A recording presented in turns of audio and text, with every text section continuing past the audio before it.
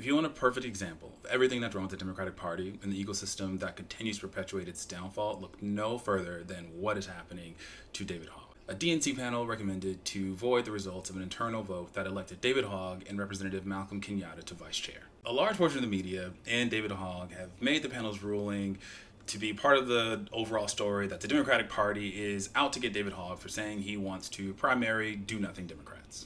So Representative Kenyatta, who will also be impacted by the DNC's panel's decision, made a video where he basically blamed David Hogg for supporting the narrative that all of this is a ploy to remove David from DNC leadership. Every article that has been written so far about what's going on has completely incorrectly, with David's support, made this story about the Democratic Party getting David. He even sent out an op-ed saying, this is the first step of the Democratic Party pushing me out. He also says this. As this new thing has happened, the press is rushing to take David's word for it, that this is yet another way that people are trying to get him. David knows that's bullshit. This challenge was submitted weeks before David ever announced what he was doing with Leaders We Deserve. I refuse to sit here and allow the press to continue to push this narrative as if I'm not sitting right here and as if I didn't get way more votes than he got. To be fair, Kenyatta is completely correct. The challenge to the DNC Vice Chair election had nothing to do with Hogg personally. The challenge to the DNC Vice Chair election was filed by Kaylin Free on February 25th, way before people began to freak out about David Hogg primarying Democrats. However, the way Representative Kenyatta talks about receiving more votes than David is misleading. It makes it seem as if the procedure of electing the DNC Vice Chair was as simple as who gets the most votes wins. I got more votes than David, therefore I won. That procedure is way more complicated, which is why Kaylin Free filed the challenge in the first place. Kaylin Free, a Native American woman from Oklahoma, and Jenna Pass, a black woman from Kansas, who are also running for vice chair, filed the challenge to Kenyatta and Hogg's election, alleging that the election process discriminated against women, which resulted in both Hogg's and Kenyatta's victory. The DNC rules mandate that there is gender parity in their vice chair elections. It is in the bylaws. It is a thing. The DNC holds 3 spots for DNC vice chair, 1 for a woman, 1 for a man, and 1 for any gender. Now, each one is supposed to be elected on 3 different ballots. So here's how it went down. This is what the presiding officer said about the procedure for the DNC vice chair election. After a candidate is elected on the first ballot, we'll have 1 officer of the 3. So we will know which position is filled of the 1 male, 1 female, and 1 vice chair of any gender. Our second ballot will also be for a candidate of any gender. Then our third ballot will be the gender position that is remaining based on the 2 results. Either a male candidate if a candidate that is not male has not been elected, or a female candidate if a female has not been elected. But here's what actually happened. On the first round of voting, voters were instructed to choose 1 candidate of any gender.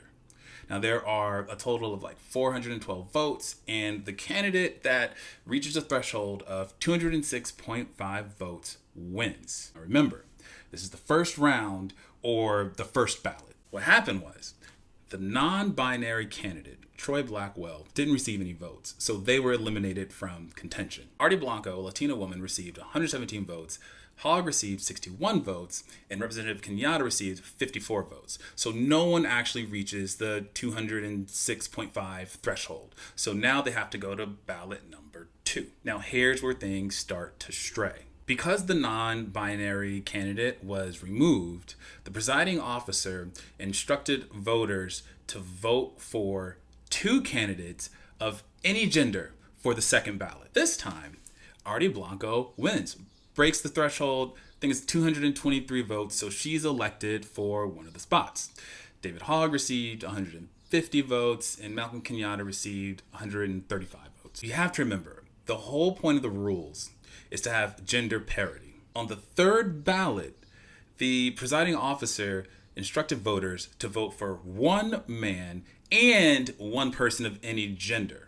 But the problem was, on the third ballot, they didn't actually separate people by gender. So all 5 candidates, 2 men, 3 women, were grouped on 1 ballot. And if you know math, you can see how this is problematic.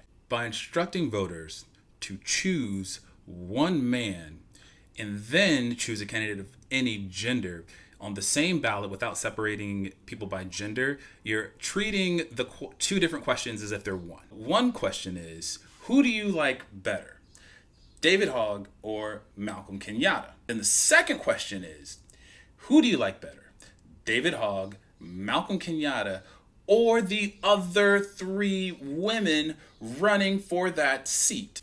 So that means the male candidates had a larger share of the available votes, which disenfranchise the women running for DNC vice chair. And that is what the actual challenge to the election is all about. And literally, you can watch the DNC committee, the credentialing committee, debate it. It's on YouTube. It's right there. I don't think we looked at how the math was going to be impacted when we left it as just two men. They literally go over the whole thing.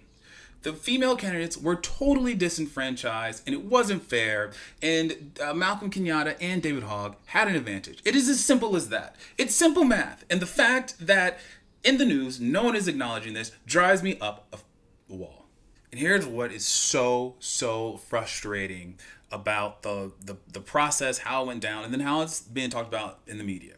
Instead of David Hogg or Representative Kenyatta saying, hey, unlike Republicans, we believe in democracy. We believe that women should have a seat at the table of democracy, and we are committed to perfecting the democratic process in this union. And we engaged in a process that disenfranchised women. And you know what the best consequence for getting democracy wrong is in a democracy? Getting it right. So we're going to make sure we get this right because that's what we believe in. But Hogg, Kenyatta, and people in the media don't say that. Kenyatta is out here attacking Hogg, just being like, oh, well, I got more votes than he did. And he doesn't acknowledge that he benefited from a discriminatory process. And Hogg hasn't mentioned it either. It's totally true. The challenge had nothing to do with Hogg primarying candidates. However, this could also be a way to get Hogg out of power. Both of those things can be true. Of course, people are going to make this into a race thing, David Hogg and his white tears, blah, blah, blah, and talk about racism in such cliche terms to promote a very narrow interest without actually admitting, guess what? Hogg and Kenyatta benefited from a discriminatory practice that discriminated against women.